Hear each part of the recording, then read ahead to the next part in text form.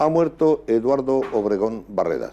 En Telecamarga hemos recibido esta noticia, como es natural, con tristeza. Me cupo la dicha, seguramente, de hacerle la última entrevista en vida, ya enfermo, donde su buena cabeza respondió con toda sinceridad a preguntas nunca afrentosas, nunca difíciles, no podían serlo, pero aquel que ha sido un gran presidente del Parlamento reunía unas cualidades ideológicas difíciles como intelectual de determinar. Baste decir que la relación del socialismo con la religión católica y de la militancia católica con una actitud socialista pasa después a un reconocimiento de la importancia autonómica que supone desde el sentido griego de la autonomía. A él le gustaba recordarlo etimológicamente, su papel como hombre de la región, como regionalista importante. Es una gran pérdida para Cantabria, que estoy seguro compartirán muchísimos televidentes que le conocían y otros que van a tener ocasión de saber algo más de él con las fuertes opiniones francas que ofrece en la visita que realizamos a su casa con gran respeto y con simpatía y además sin ningún temor, preguntándole abiertamente. Descanse en paz, Eduardo Obregón Barreda.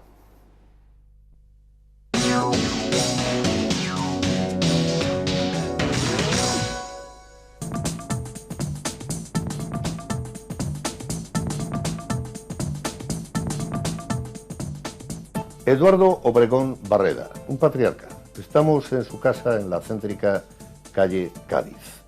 Ha tenido la gentileza, a pesar de que de los pies anda mucho peor que de la cabeza, que anda muy bien, de recibirnos en su casa en el agradable ambiente familiar para tratar sobre lo divino y lo humano. Educador, director antiguo de instituto, el presidente primero del Parlamento de Cantabria, de la autonomía de nuestra región, autor de libros y un hombre que iba para perito agrícola, como su padre, originario de Esles de Cayón, de 88 años, en pleno uso de sus facultades y con mucho que decir. Le vamos a interrogar, a hacer una amable conversación que girará deliberadamente sin un orden preestablecido. Eduardo, muchas gracias por estar aquí con nosotros y por recibirnos. ¿Tú has sido un hombre utópico? ¿Utópico? No, pero tengo idea clara de lo que es la utopía. La utopía, en contra de la etimología de la palabra, utopía es lo que no tiene lugar, no se realiza. Es en contra de eso, la utopía famosa de Tomás Moro es la realidad profunda del ser humano.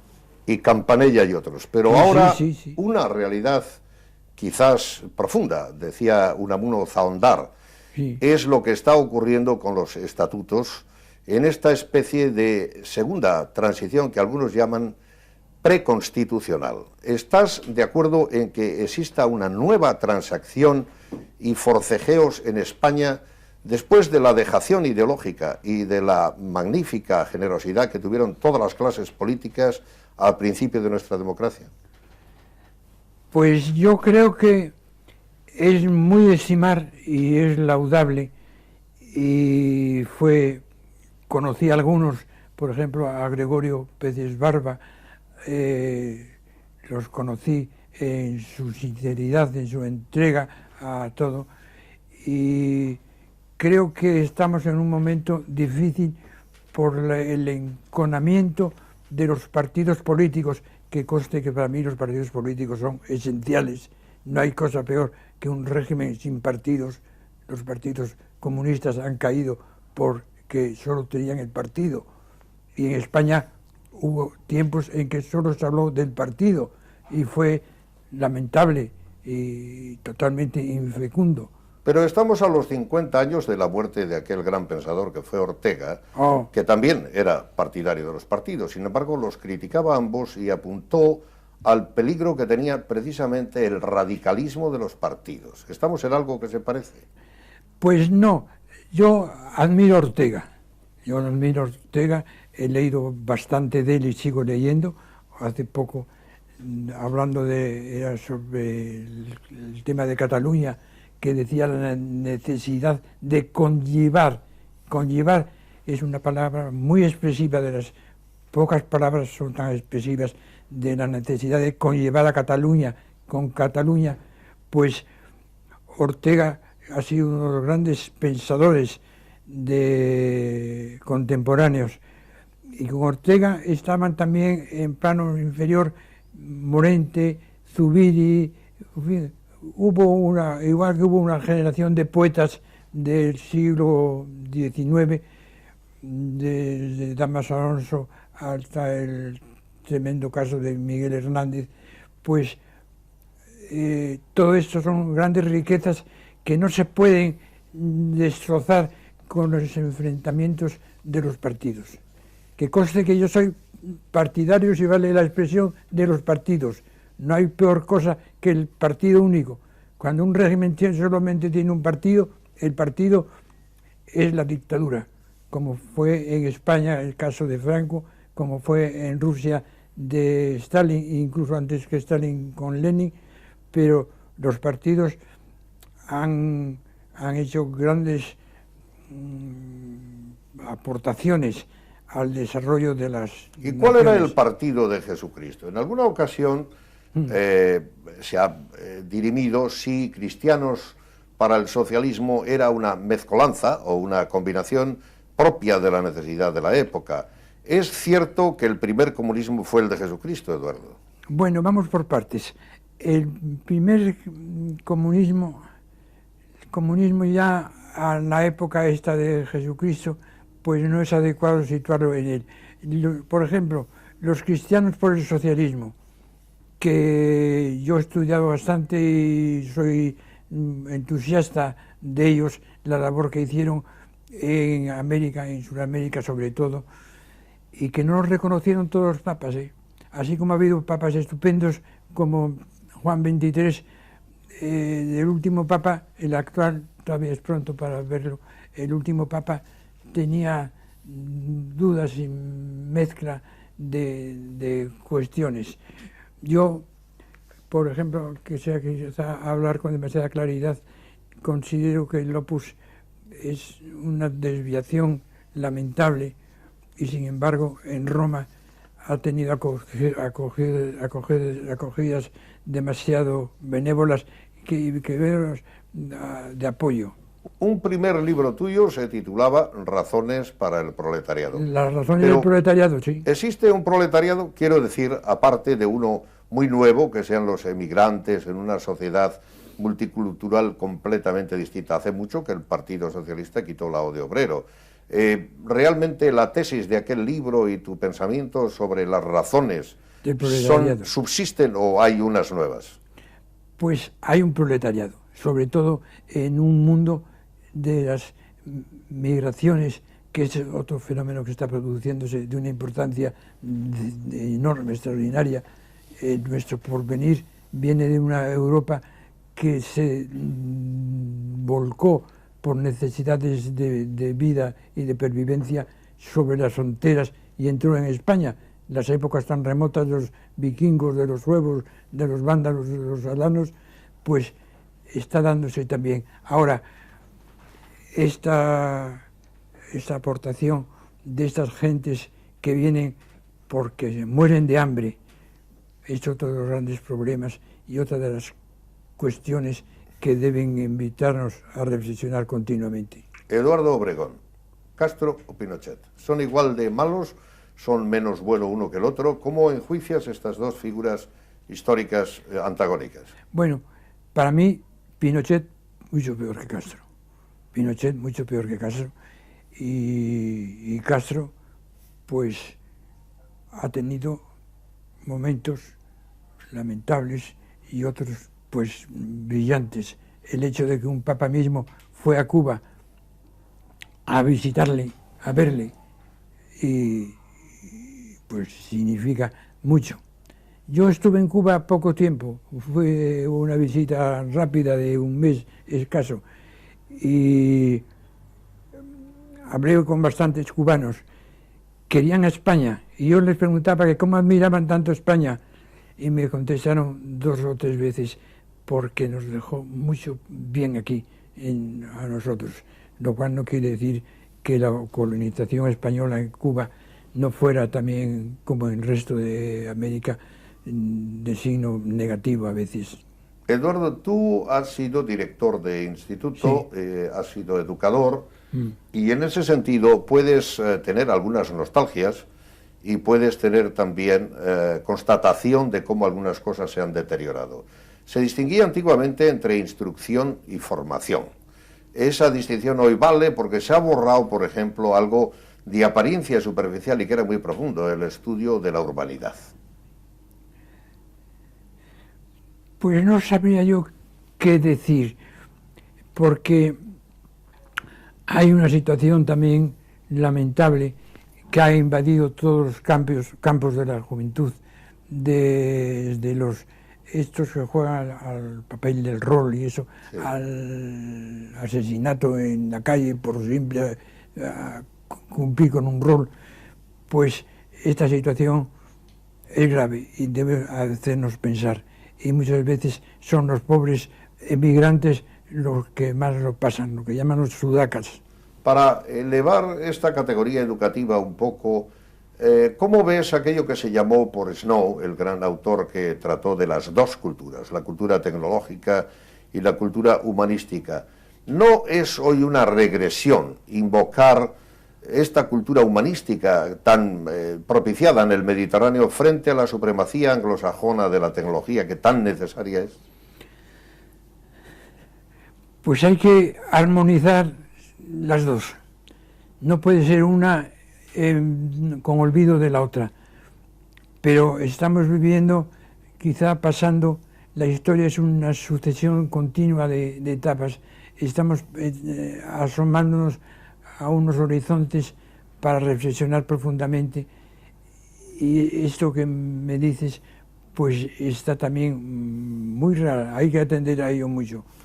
Y nuestra autonomía regional, por ejemplo, frente a la restitución del folclore, el sentimiento etnográfico, el valor de lo que son las costumbres populares y aquella otra profundización que tú solías realizar un poco más alejada en el tiempo de la autonomía en el sentido griego, la capacidad de poder gobernarse con las propias capacidades de manera cercana, son dos asuntos entre sí que por una parte chocan, pero luego chocan a su vez, incluso ambas juntas, con la idea cosmopolita que también vende nuestro gobierno, de la necesidad de ir, superar las fronteras regionales, nacionales y ir a donde haya nichos de prosperidad y nichos de conveniencia multicultural. ¿Cómo concilias las tres aparentes contradicciones?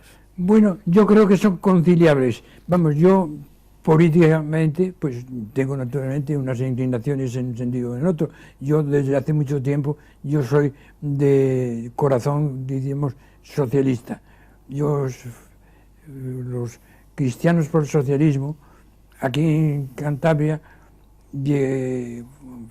formamos un grupo no muy conocido, pero que trabajamos hondamente.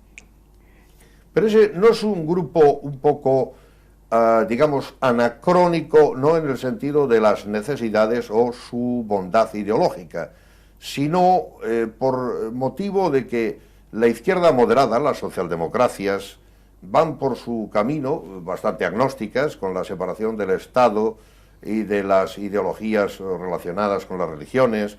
¿No os habéis quedado vosotros en una necesidad de una combinación propia de aquel tiempo en España y progresista que hoy es un poco trasnochada?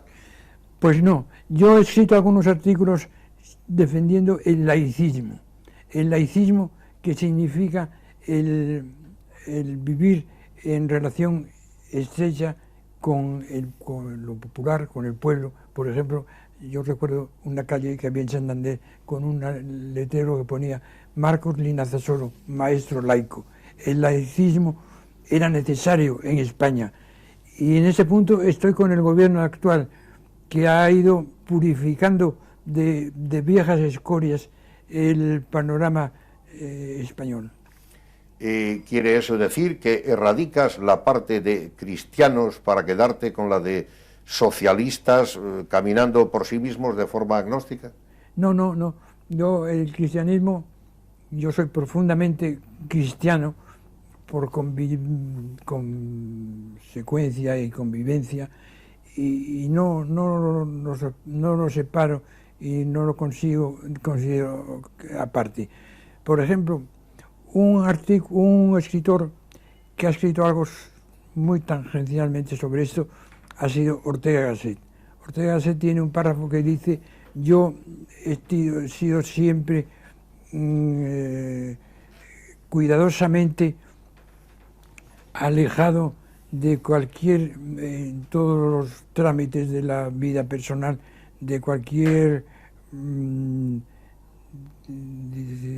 vivencia y apariencia de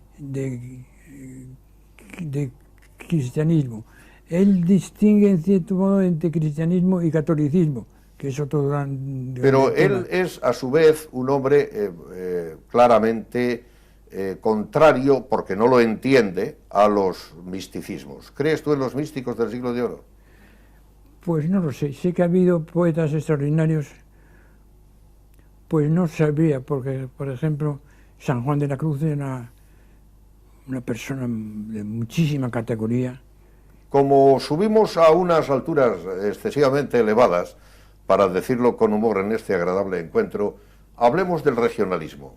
Sinceramente, ¿crees que el regionalismo cántabro debe ser ambidextro? Una temporada con la derecha, otra con la izquierda, otra... ¿realmente no tiene que tener algún apego ideológico más definido?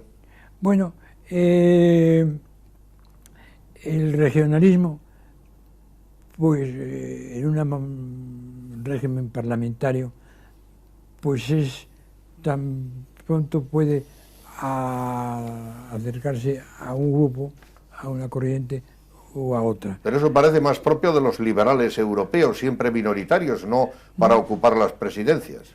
No, pero en los regímenes parlamentarios esto es casi de la esencia del parlamentarismo.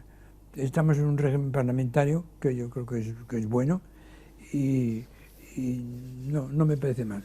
¿Tenías amistad con Jesús Aguirre? Mucho. ¿Tienes amistad con Mateo José Rodríguez? Sí, sí, mucho también. Te veo en una fotografía con mi viejo amigo Fernando Baños. Sí. Tú realmente, en el trato personal, sí has superado las ideologías. De Baños hace mucho tiempo que no sé. Baños murió, desafortunadamente. Ya. Quiero decir que cómo has podido conciliar ser amigo de unos y otros, independientemente de tu adscripción cristiano-izquierdosa. Pues soy amigo íntimo de Mateo José Rodríguez, y hasta hace poco, mientras yo podía salir de casa solo, pues teníamos todos los viernes una tertulia en el Hotel México. Y con alguno más, bueno, con Jesús Aguirre, mientras estuvo aquí, tuvimos mucha relación e incluso redactamos algún manifiesto sobre la situación en España en contra del régimen franquista.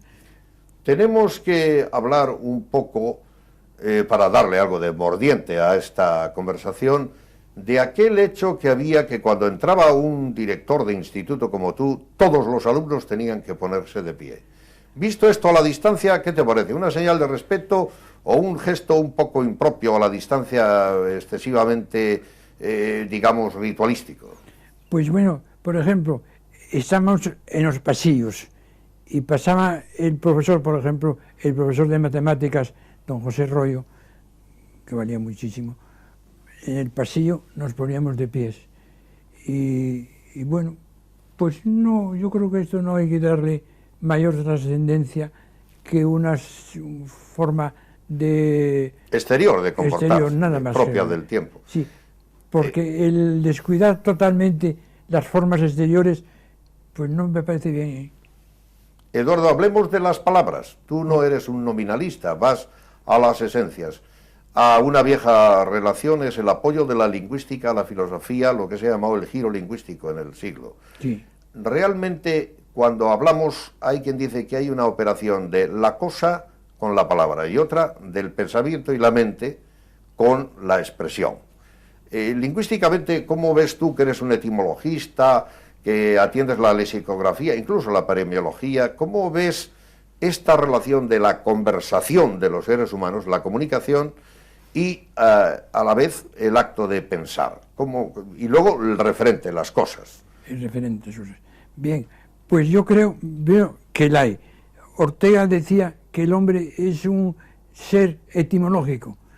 La propia naturaleza del hombre le hace muy pronto en la evolución de los tiempos pasar la barrera de la significación profunda del famoso mito de la caverna, de las palabras, y el hombre pues ya, repito lo de Ortega, es un ser etimológico. Lo veo importante, porque si no, es que las palabras, si las menospreciamos, si las usamos mal, si no sabemos utilizarlas, cometemos un grave crimen y daña la convivencia, por ejemplo, la convivencia política. Pero las personas comunes, Eduardo, no son filólogos, y entonces hoy, por ejemplo, se le llama a Carrillo fascista y se le dice que no tiene derecho a estar allí. Este corrimiento, por otra parte, los filósofos como Derrida, que ya ha muerto y también es un relativista viejo, no cree nada de lo que estás diciendo. Él decía, apoyándose en la expresión diferir y diferenciar, que coinciden en francés, dice que ninguna palabra está anclada, que nada está sujeto a un referente y a una significación, que todo es volátil. ¿Qué opinas de esto que tan ajeno es a tu estudio y a tus convicciones? Yo creo todas las palabras se han ido modelando en torno a referentes que el individuo humano en su experiencia pues tiene contacto con esos referentes. Por ejemplo, la famosa parábola de Platón de la cueva. Sí. Pues estamos en ya unas profundidades filosóficas difícil de tomar posición ante ellas, pero yo creo que hay esta dimensión de la realidad más allá de cualquier otra cosa. Yo creo en ella. Podemos darle una dimensión culturaloide excesiva a esta conversación y por eso hay que descender a hablar de otras cosas. Por ejemplo, si hablamos de nuestra región, tú has estado ahí como gran árbitro de la discusión parlamentaria en un momento esperanzado de ilusión con el autogobierno. ¿Cuál es el límite? ¿Crees que se ha frenado, que lo hemos profundizado suficientemente o que tenemos que luchar por aspectos diferenciales? Bueno, el autogobierno es algo muy importante, es un descubrimiento que en la evolución histórica se va realizando y entonces llega un momento y ese momento ya estamos penetrando en él, estamos dentro de él, en que las gentes se sienten en la necesidad de reclamar el autogobierno.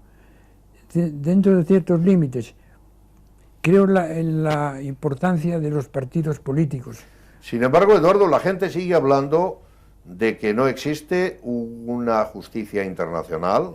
Algunos países no aceptan el Tribunal de la Haya, aquello que inventó, al parecer, el padre Suárez jesuita, incluso con la reina de Castilla, que otros la ven integrista y, sin embargo, parece una adelantada de la visión legal del mundo. El pensamiento único, el neoimperialismo, las transnacionales con más poder que los gobiernos, esta superación de fronteras no niegan la posibilidad de los autogobiernos. Es pronto todavía para asomarse a la ventana de esa realidad. Tú eres un hombre joven, Eduardo. ¿Joven? No digo en años, en la cabeza, en el espíritu. No, pues yo creo que sí. ¿Y qué es ser joven y viejo? Ser joven es estar asomado a la ventana de una realidad continuamente cambiante y que clama, porque... Bravo, mantener la curiosidad por la actualidad. Exactamente. ¿Y cómo se puede estar atento a lo que cambia y pasa y al mismo tiempo a restituir significados de las palabras que se perdieron en el tiempo? Pues se puede. Tienes mucho trabajo. Se puede. Mucho trabajo, ¿no, Eduardo? Sí, pero la vida es eso. ¿Ejerces algo tu magisterio con los políticos cántabros? ¿Llamas alguna vez por teléfono a Revilla y le dices, así no? Muy poco, ya, porque realmente... ¿Porque ya lo hace bien o porque no quieres intervenir? No es que me ponga pelos a cualquier sugerencia mía, pero ya por el hecho mismo de yo no le puedo ir a visitar, no puedo verle porque no puedo andar, yo no puedo salir de casa, solo nunca, ya hace 2 o 3 años. Pero puedes pensar, estás como Segismundo, solo que en un buen momento. Otra cosa sería, hay una generación que hizo la guerra, hay otra que no ha hecho la mili. La transición española se debió a una generosidad de muchos, de toda la clase política y del pueblo español en su percepción de conjunto. Ciertamente. ¿Crees que eso se está arriesgando ahora? Pues yo creo que algo sí. Han tomado veneno algunos políticos y la forma de hablar de bastantes líderes políticos de tal o cual partido es de envenenamiento. Está envenenado. Y eso es grave. ¿A ti te gustan los vascos y los catalanes? ¿En qué manera son diferentes y cómo percibes tú sus pretensiones políticas sin que lo generalicemos, más o menos las desviadas? Bueno, por ejemplo, de los catalanes, hace poco he leído algo de Ortega, me parece que era, que decía de la necesidad de conllevar. Conllevar es una palabra muy expresiva. Llevar... Soportar, para ayudarte con el latín, soportar, yo sé que eso te gusta. Sí. Y entonces, este libro trata de etimologías, es tu último libro. ¿A qué horas escribes y cuándo reflexionas? Es interesante que aquí aparezcan distinciones entre nativo, oriundo, texto, contexto. Creo que hay una palabra que no he visto en el diccionario, que era cotexto, que se usa en lingüística. Cada vez es más enrevesado esto. Los préstamos de unos idiomas a otros hoy no se ven tan mal como antes. Esa lucha de interinfluencias, ¿cómo la ves tú? No, pues normal, estamos en un mundo en que no hay fronteras en ese sentido, y igual que entran los pobres emigrantes del África a lo que es la España física de hoy, pues igual que eso, yo lo veo pues unas realidades duras que los que estamos acomodados, porque esto es cuestión del mundo actual, la diferencia entre acomodados y sin acomodo, ¿no? En uno de tus libros hablas de formación social y cultural de masas. La masa es un concepto orteguiano, pero hoy, a través de las telecomunicaciones, del e-learning, de la telemática, de la demótica, de las casas cibernéticas, ya parece que la masa sea otra cosa. ¿Cómo es esta masa a través de lo que llama Baudrillard los simulacros, algo peor que el espejo, los iconos, la imagen que no es de uno mismo, sino una imagen activa que parece escaparse del propio original, mucho más allá de Benjamín? Pues sí, por ejemplo, el icono era una figura que atraía la atención de todos, de ahí iconoclastas, iconología, etcétera. Y quién era un italiano que murió de mala manera, el pobre hombre, ¿A qué se dedicaba? ¿Era pintor? Era artista de cine. Ah, artista de cine, Pasolini sería. Pasolini. Sí. Pasolini. Claro, el icono clásico al que tú te refieres tiene menos que ver con los iconos semióticos que estudian Eco y que estudian sobre todo Peirce, italiano, los lingüistas. Vamos a dejar eso, que no nos lleva a mucho sitio en la televisión. Sí podemos tratar algo que es muy importante. Has hablado todo el tiempo de Ortega como si tú fueras un raciovitalista, cosa que no ocurre. ¿Por qué no nos dices algo de Zubiri tan oscuro? Ese gran filósofo que incluye, yo no sé si decir teólogo, ¿por qué no nos dices brevemente, para la audiencia, qué diablos estudió Tengo Zubiri? 2 o 3 libros de Zubiri publicados, yo creo que ya cuando ya había terminado la guerra, y bueno, yo en la Universidad de Madrid había una generación extraordinaria. Morente, por ejemplo, estuvo con Zubiri, y a uno más. ¿Cuál es el pensamiento de Zubiri como para un niño? En 2 palabras. No, hombre, Pregunta demasiado para mí. No, hemos dicho para un niño. Él es un teólogo, un filósofo, ambas cosas a la vez. ¿Quién? ¿Zubiri? Sí. Pues ambas cosas. Ambas Zubiri tuvo un enfrentamiento que, con su gran capacidad intelectual, porque él era creyente, pues la Iglesia pues no le puso ningún reparo, porque se casó, no sé, Eso no importa. Su idea es que incluye lo divino y lo profundiza como filósofo. Exactamente. Bueno, es algo más penetrante y complicado y metafísico que lo que ahora te voy a preguntar. ¿Debemos ir, Eduardo, a un federalismo o tenemos que seguir pensando en una España común, de cuyos asuntos de ambos hablas en este magnífico libro, Las autonomías territoriales? ¿Hasta qué punto, si se avanza hacia un federalismo no prepactado en la Constitución anterior, en la que tenemos, se está traicionando el espíritu de lo común, que también tiene mucha discusión cuando empieza, si con Isabel y Fernando o antes en la Edad Media? Bueno, con Isabel y Fernando, pues ya antes de la Edad Media era una España plurinacional, muy dislocada, ¿verdad? Pero poco a poco va evolucionando y se va encontrando gente de mucha altura. Por ejemplo, ya en el siglo XVI, XVII, pues la España de entonces va entrando en una situación cada vez más difícil. Por ejemplo, hay algún libro de... Más que la cita del autor, ¿de verdad crees que debemos seguir hacia el federalismo y llamarlo por su nombre, o hay que tener una línea de contención por respeto hasta lo ahora establecido por todas las fuerzas políticas? Pues yo me mantendría en la hábil postura de la duda. No sé qué, o sea, vivo en dudas. Es lo que les ocurre a los intelectuales, pero ¿tienes dudas de fe? Dudas de fe, de religiosa, no tengo dudas. ¿Y cómo es Dios? ¿Como lo decía Teilhard de Chardin o Santo Tomás de Aquino? No.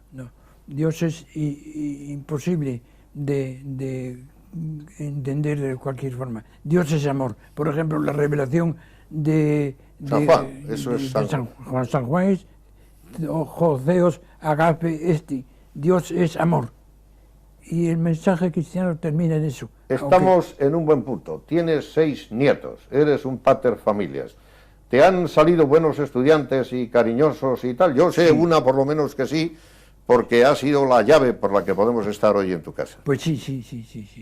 Estás muy contento de la realización muy familiar. Muy contento. Sinceramente, ¿qué harías diferente en tu vida si pudieras rebobinar? Pues no lo sé. Estaría pensando 8 o 10 días. ¿El mar o la montaña, Eduardo? El mar o la montaña. No lo sé. La vida No he venido a casa a hacerte dudar, ¿eh? Sale ello. No. La vida está llena de dudas. Si hay que escoger entre ser empirista, la prueba experimental, tocar con la mano la cosa, ser racionalista, pensar que se penetra a través de lo que somos capaces de discernir, o ser idealista, no sé si al modo hegeliano con un toque marxista cristiano, en tu caso, bien complejo, o pragmático, a la manera americana, es útil, lo que nos sirve. ¿Qué diablos es lo que te hace dudar menos? Bueno, yo recuerdo una frase, creo que era de San Agustín: noli foras ide, interiore homine habitat veritas. No quieras ir fuera, no salir fuera de ti. Dentro del hombre habita la verdad. Y esa verdad yo creo vivirla de alguna manera. Creo, querido Eduardo, con mi gratitud, que es un buen punto. Con este punto de la bondad del corazón del hombre que pones y sobre lo que no dudas, quiero yo añadir, aun a fuer de parecer pedante, algo que pega muy bien. Otra frase de San Agustín que dice: ama et fac quod vis. Ama y haz lo que quieras. Eduardo, exactamente. Te queremos en esta televisión, te quiere Santander, vemos que sigue siendo confusamente coherente para bien desde la duda, pero con la afirmación de tus convicciones de un cristiano para el socialismo, en cuyos perfiles siempre es muy difícil discernir qué es el cristianismo, en qué se distancian sus muchas variedades y cuántas clases de socialismos hay. El tuyo es conocido en Cantabria, tus intenciones también, tu éxito familiar tan merecido es aplaudido y tiene toda nuestra simpatía. Quiero expresamente agradecerte la generosidad de, a pesar de la dificultad que tienes en las piernas, que no en la cabeza y menos en el corazón, recibirnos hoy. Eduardo Obregón, 88 años, de Esles de Cayón, un prohombre de Cantabria que merece nuestra gratitud, nuestra simpatía y nuestra adhesión. Un intelectual y un educador.